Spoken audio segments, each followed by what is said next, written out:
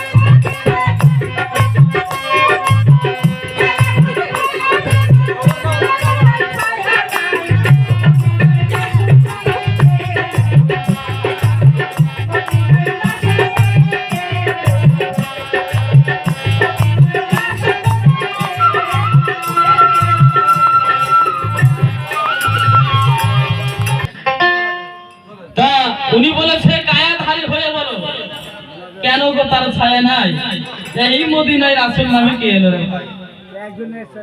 শোনো পাগল, আমরা তো নিজেকে নিজেই চিনতে পারি না, আমার নবীকে কে চিনবে? তাই না? আমরা যে কি, তুমি যে কি তানজিমা, আমি যে কি মুস্তাকিম, নিজেকেই চিনি নি। এটা তো আমার বাপ ভাই দেওয়া না। তাহলে সেই নবীকে চেনা অত সহজ নয়। আখের নবী 313 নবী, 312 নবীর উপরে এত ভার ছিল না। এই আমার আখেরি নবী, এই যে শেষ নবী, তার উপর যে এত কিছু ভার, উম্মতের ভার। 312 নবী বলেছিল যে আমরা যদি নবী হয়ে না আসে, যদি আমরা শেষ নবী উম্মত হয়ে আসতে পারতাম, তাহলে আমাদের জীবনটা ধন্য হতো। মানে কি নবী, সারা জাহানের মালিক। আস্তে আস্তে তুলে ধরবো আপনাদের সামনে কিছু বিশ্লেষণ, ধৈর্য ধরে শুনেন। আপনারা যথেষ্ট ভালো গাইবে। আপনার আমাদের মধ্যে যে শিল্পী, তিনিও জ্ঞানী, উনি আপনাদের আনন্দ দেবে। আগে ওনার পর উনি যে কথাটা বলেছে লালনের, যে কায়াহীন যারে দেখে ছায়া নাই তোর লাশ হবে কি, ফকির লালন বলে তার ফকির বলিতে আমি দাঁড়াই, এই মদিনায় রাসূল নামে কে এলো রে ভাই? তাহলে এই যে ছায়াটা কেন বলেন? শোনো তুমি পাগল, আস্তে আস্তে সব বুঝতে পারবা কেন ছায়া পড়ে।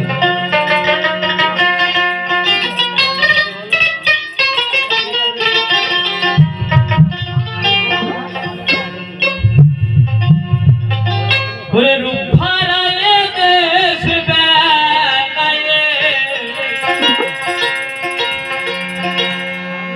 ওরে এলেন রাসূল মদিনায়, রাসূলকে চিনলে পরে বাবা খোদা চেনা যায়। তাই কি বলছে? রূপ হারায়ে দেশ বাড়ায়ে এলেন রাসূল দয়াময়, রাসূলকে চিনলে পরে খোদা চেনা যায়। তাহলে রাসূলকে চিনতে হবে, তিনি কি জিনিস?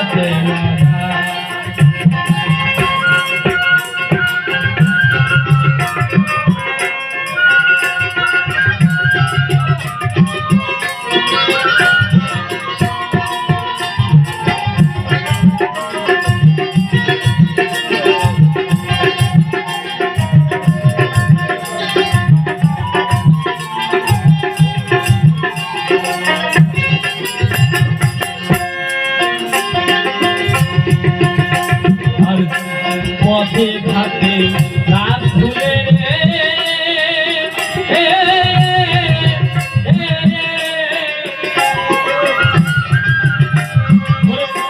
মেঘে তার ছায়া, মেঘে তার ছায়া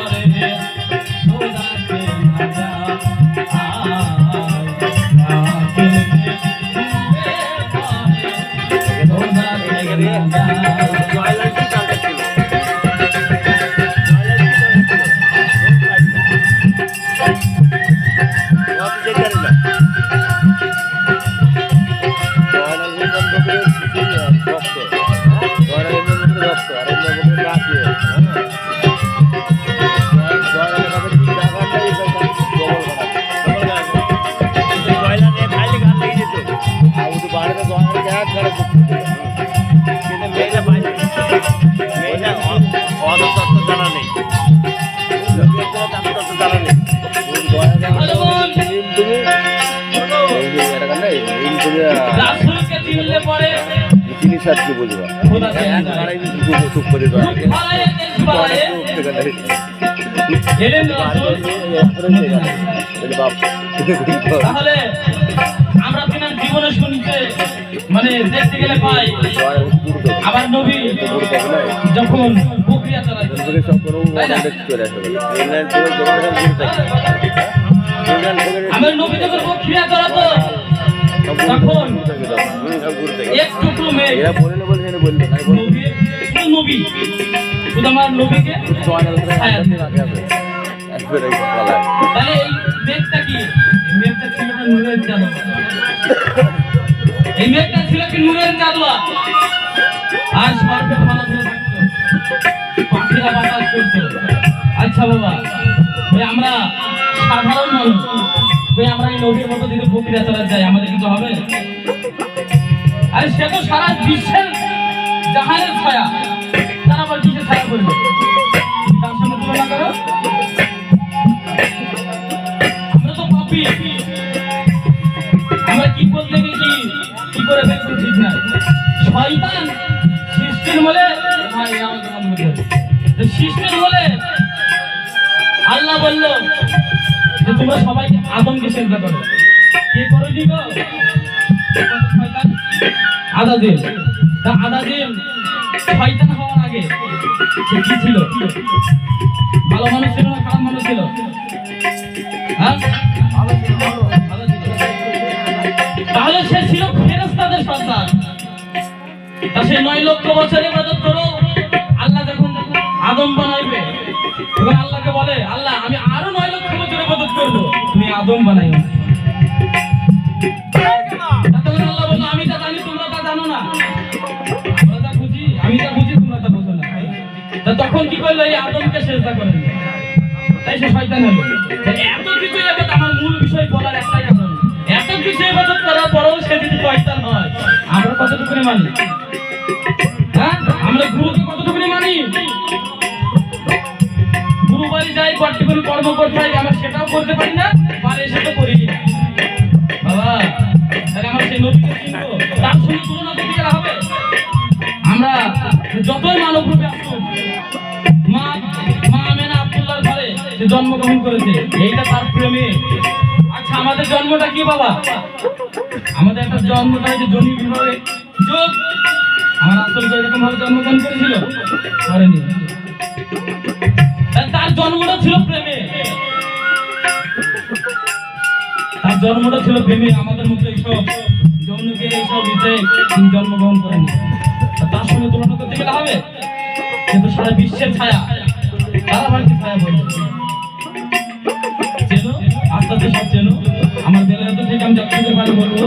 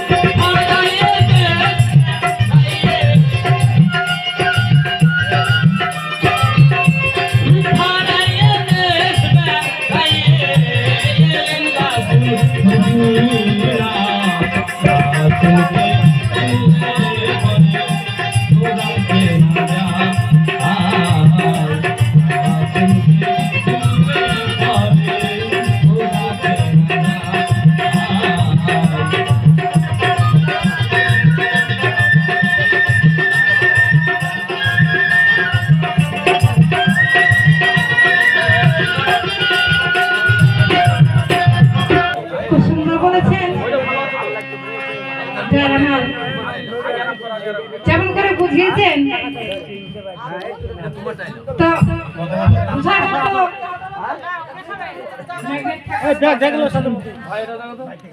তো জানি না কতটুকু বুঝতে পারবো।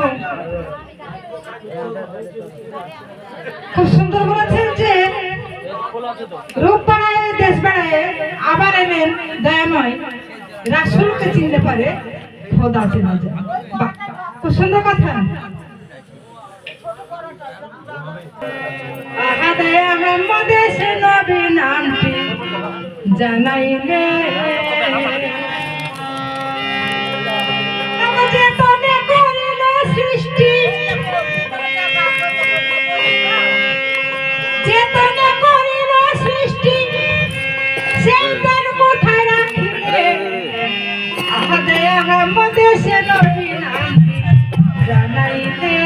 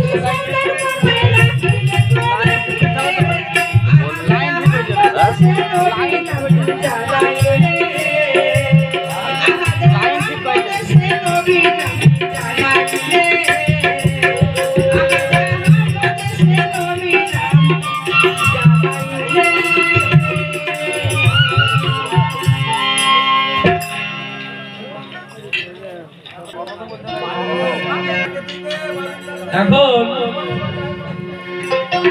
একজন স্বামী স্ত্রী বাবা, তা সে স্বামী স্ত্রী 10 বছর ঘর করার পর সে বলছে, স্ত্রীরা বলছে যে এত বছর ঘর করলাম আমি যার সঙ্গে, তা মনের মিলন বা মনের মতো কথা একটু মানে যে যে আমি স্বামী ধরলাম আখেরাতে সে আমার থাকবে, তা তার সঙ্গে আবার মনের মিল হয়। এই দুঃখ আমি কোথায় রাখবো? সংসারও অনেক করলাম, একটু আমি আমার জীবন আমি রাখবো, আমি আত্মহত্যা করবো। এইবার অনেক জ্ঞান দিয়ে বুঝতে হবে, কথাটা বলার কারণ আছে। তা সে মরতে যাবে, বাড়িতে তো মরা হবে না, কেউ দেখে ফেলবে। তা সে হাতে একটা হেরিকেন দিতে বাবা, তা হাতে একটা হেরিকেন নেওয়ার পর সে মরতে যাবে। পাড়ার আর একটা মেয়ে সে বলছে, বোন তুই যাবি মানে যাবি কোথায় এই রাতে? বলছে তাই তো বোন, যার সঙ্গে এত বছর ঘর করলাম সে আমার মনের অবস্থা বুঝলো না, হ্যাঁ তার সঙ্গে আমার শান্তি হলো না। শান্তি যেখানে হলো না, আমি আমার এই জীবন রাখবো না, খুব সংসার করেছি, এইবার আমি আমার জীবন রাখবো না, আমি মরবো। তো বলছে তুই যদি মরবি তো তোর হাতে হেরিকেন, হাতে তোর হেরিকেন কেন, তুই মরবি? বলছে বোন ওই ওখানে কি যদি কোনো গলায় ধরে দিই, কোনো যদি পোকামাকড় থাকে, বুঝলেন তো কেমন মরা? আমার এই মা জানার আজকে এই অবস্থা। যদি মরতে হয় তা লাইন রেখে তো মরতে হবে, লাইনটা ঠিক রাখো। গায়াধারী হয়ে বলো কেন তাহার ছায়া নাই, মদিনায় রাসূল নামে কে এলো ভাই? তারপরে তুমি একেবারে ডাইরেক্ট চলে গেলে আহাদে আহমদ হোসেন নবী নামটি জানাবে, তার আগে কোনো সম্পর্কই নেই, বিয়ে শাদী কিছু নেই, শুধু ডাইরেক্ট বাসর ঘর। এর করলে হবে? লাইনে গান করে।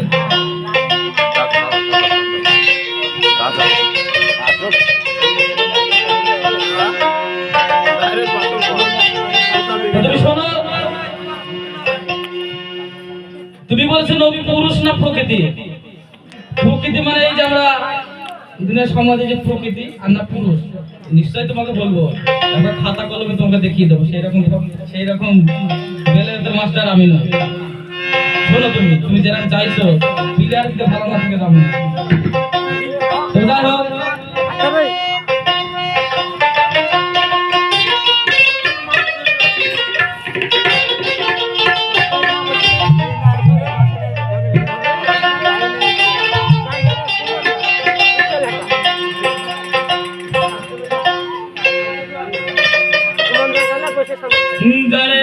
আকাশ পাতাল খুঁজিস রে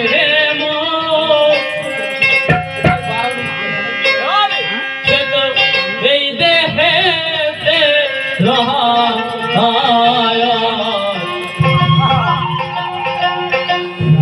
দেখ দে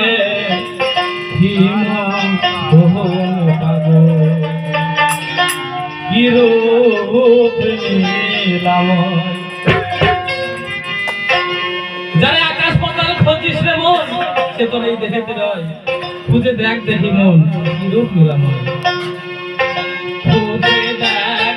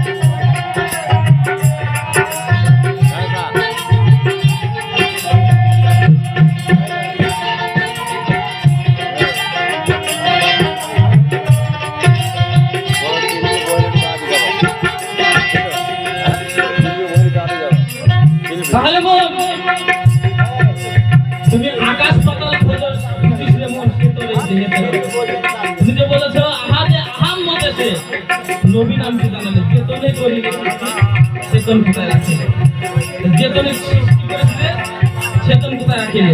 পাগল তুমি, তুমি যদি তোমার এই জন্ম চোখে দেখো তুমি দেখতে পাবে না। তোমাকে কি বলবো, এই জ্ঞান চোখ যখন তোমার না ফুটবে, এই বেলায়তের দেশে তুমি যখন না আসবে, তোমার এই চোখ ফুটবে না। তোমার মধ্যে যেমন বলেছে মান আর অপনাস্তা হোক, থাকাটা খারাপ হবে। যে চিনেছে নিজের রবকে, সে পেয়েছে আল্লাহকে এবং ফির তার গুরুকে, ফির উর্শিদকে। তাহলে আগে তুমি কে? তুমি কে তানজিমা? এটা তোমার কখনো জানা না। আর তুমি যে কে, কোথায় ছিলে, এটা তোমার কাছে জানতে হবে। তাহলে এটা একমাত্র ফির উর্শিদের কাছে, আর কারোর কাছে না। যেমন বলেছে ওয়া তুফুনুকরা আজবাকা আলাইকুম জামাইহি জাহিরুল বাতিন, মানে প্রত্যেকটা মানুষের মধ্যে দুই প্রকারের নিয়ামত দিয়ে সৃষ্টি করেছে। একটা হলো জাহির নিয়ামত, একটা বাতিনের নিয়ামত। তাহলে জাহির নিয়ামত গুলো কি? এগুলা করলে কি করা যায়? একজন মাস্টার হওয়া যায়, একজন ডাক্তার হওয়া যায়, একজন থানার দারোগা হওয়া যায়, একজন মুখ্যমন্ত্রী হওয়া যায়, প্রধানমন্ত্রী হওয়া যায়, বুঝলেন? আল্লাহর ওলি হওয়া যায়। এই কথা সবাই না। তাহলে যতক্ষণ পর্যন্ত তোমার এই বাতুনে এলেন বলা যতক্ষণ না উঠবে, তুমি মুখে বলবা। তুমি যে গান করছো, তুমি তোমার গানটা করে দিবে বসে গেলে, কিন্তু বুঝেছো মহাদেব পথ গাইতে হয়, গাইলাম গিয়ে বসে গেলাম। তাই এই দুনিয়ায় মাসাকি মিলে না,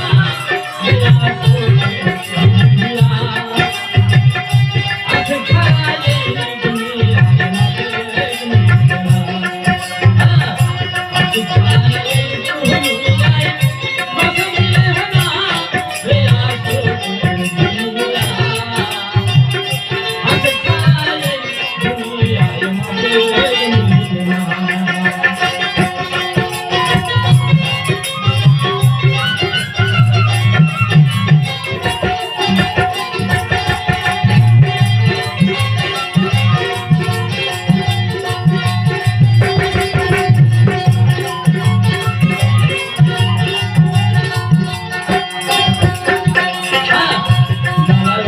বিশ্ব মাওলানা তোমার জানাই, কাবা ঘরের ইমামতি করতো ও গো প্রাণের ভাই।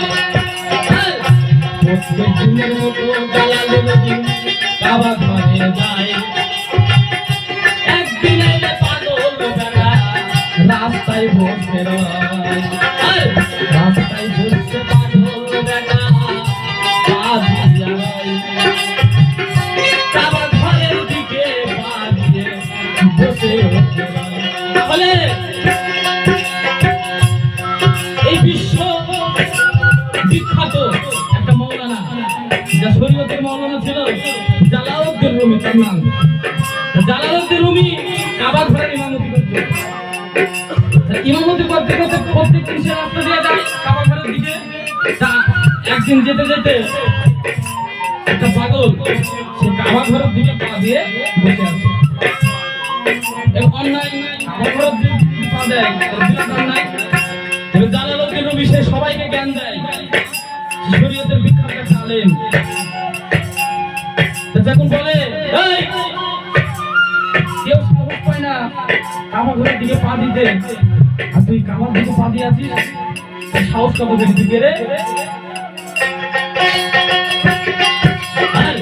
এই কথা জালাল যখন বলিতে লাগিল, পাগল একটা সঙ্গে সঙ্গে উত্তর দিয়া দিল, এই জালাল তুই আমাকে কাবা ঘরের দিকে পা দিতে মানা করছিস, কি এমন আছে এই ঘরের ভিতর আমি পা দিব না?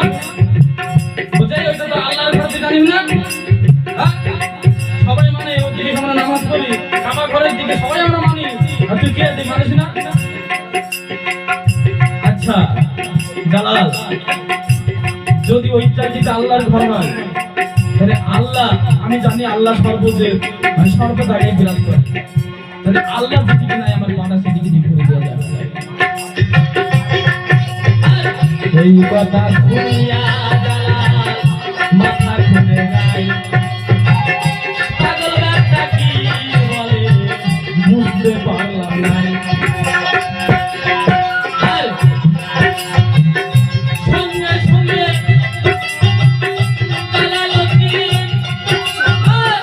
চিন্তা করল ভাই,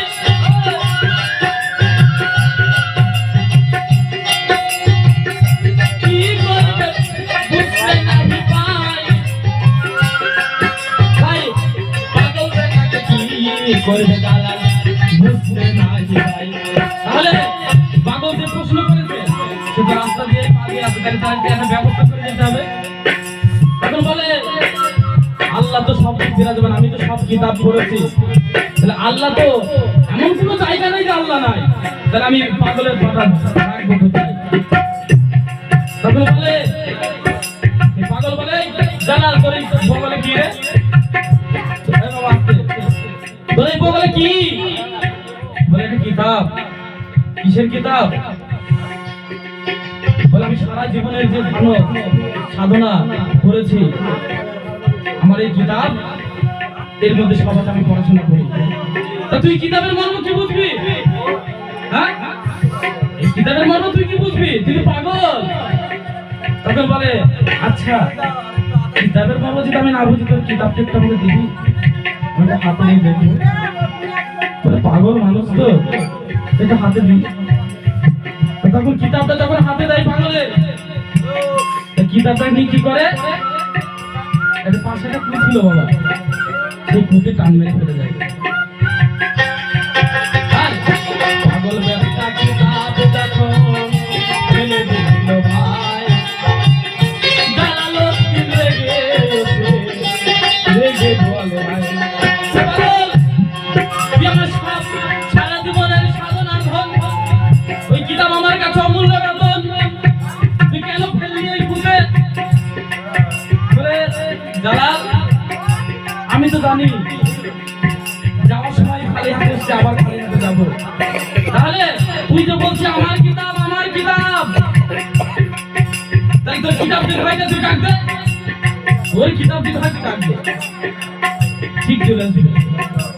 তখন পাগল বলে, এই জালালউদ্দিন বলে তুই পাগল নাকি? আরে এটা আমাকে পাগল করে দে ভাই, কিতাব আমার ডাক দিলে আসে নাকি? বলে আসে, দেখবি সাথে সাথে পাগল দেখো কিতাব ডাক দিল, সঙ্গে সঙ্গে কিতাব উঠে পাগল হাতে আসিল, হাতে আসিল।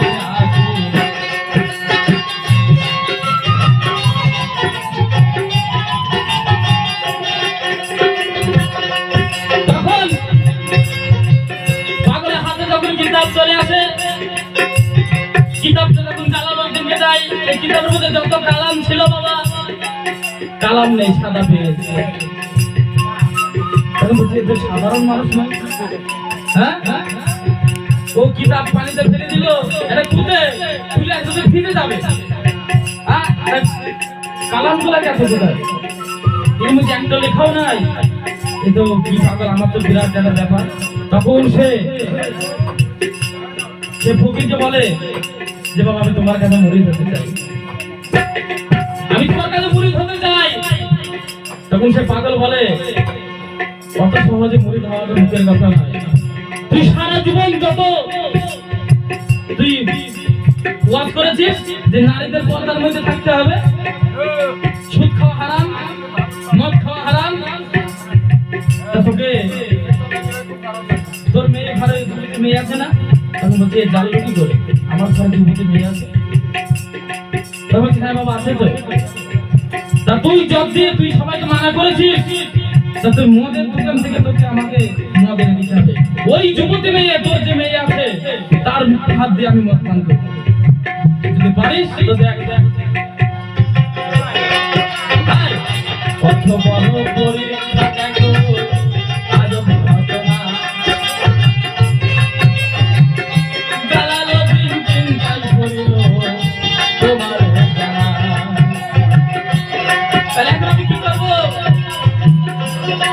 সে যখন মদ আনতে যায়,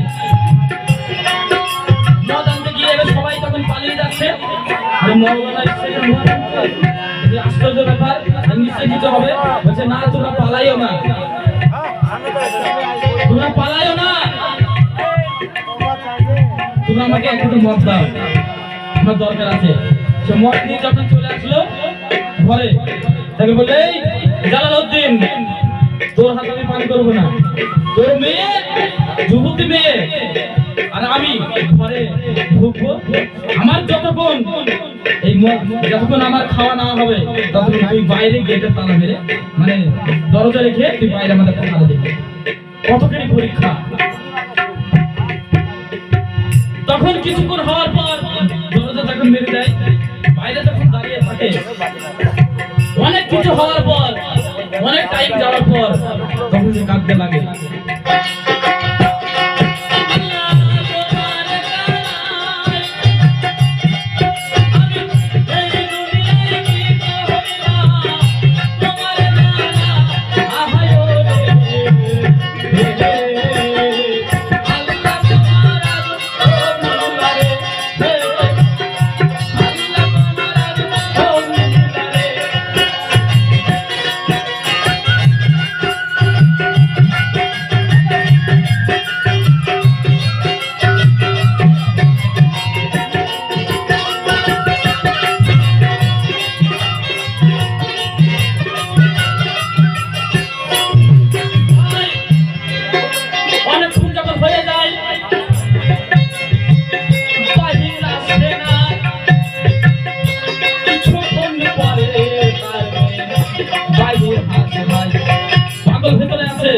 আর মেয়ে তার বাইরে এসে তার বাপের পা চেপে ধরে নত হয়ে গেছে।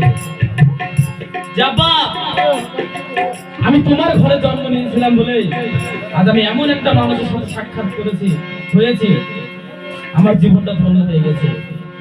তখন বলে বাবা, আমার কি আর পরীক্ষা নেওয়ার শেষ হবে না, এবার আমাকে নাম দীক্ষা দাও। তখন বলছে এইবার তোকে দেওয়া যাবে, কেননা এতক্ষণ ছিল তোর মধ্যে শুধু শরীয়তে এলেন, তাই মানব ভিতরে এলেন যদি তোর ভিতরে যদি দেওয়া যেত তোর ভিতরে নিতে না। এত বড় কুরবানি তুই করতে পারছিস না, এইবার তোর ভিতরে বাতুনি এলেন দেওয়া হবে। তাই এই জাহিরি আর বাতুনি দুই নিয়ামত দিয়ে আমাদের দেহটা তৈরি করেছে। তাই কি বলেছে, উনি তো বলতে পারছে না, বলতে তো হবে না, বলবো বলছে আচ্ছা বাবা, সৃষ্টির মূলে গিয়েছিল নবদ না বেলায়ত? ছিল বেলায়ত। আসলো কে? নবুয়ত। নবুয়ত খতম হয়ে গেল, নবুয়ত গেল, আবার বেলায়ত আসলো। তাহলে এটা কি বোঝা যায়? বেলায়ত ছিল, নবুয়ত আসলো, নবুয়ত গেল, বেলায়ত আবার আসলো, বেলায়ত থাকবে। তাহলে তো আমার বেলায়তে যেটা না আসে আমরা কিছুই বলতে পারবো না। দিনের মধ্যে একটি বিখ্যাত মাওলানা যদি ফিল ধরতে পারে, তুমি তো ডেট দেখা আলো না, তুমি এত কি বলো সব এসব ডেট বুঝতে আগে তোমার পুরো ফাইল বুঝতে হবে। গান বলা যাবে, ভেতরে তোমার কিছু বুঝতে হবে।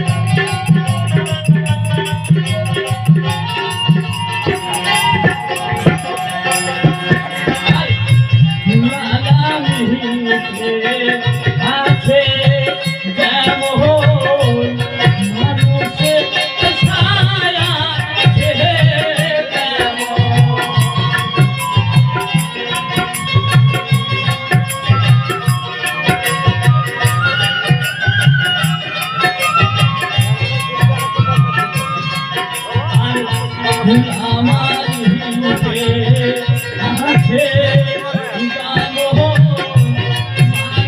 মানুষের ছায়া দেহে তেমন আনা হলে সব নিভৃত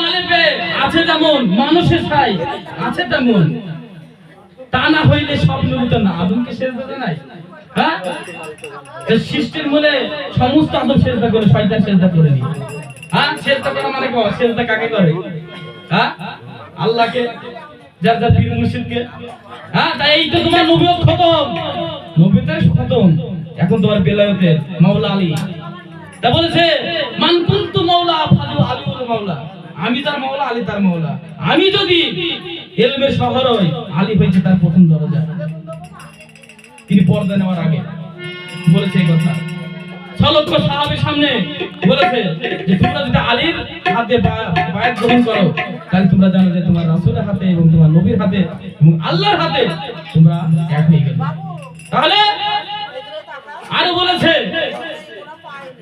কোরআন বলছে যার পীর নাই তার পীর শয়তান ওসিলা তোমাদের ধরতে হবে সে তোমার যাকে মন লাগে তোমার মনে যে যেমন সে তেমন পাবে তাই না বাবা যে যেমন সে তেমন পাবে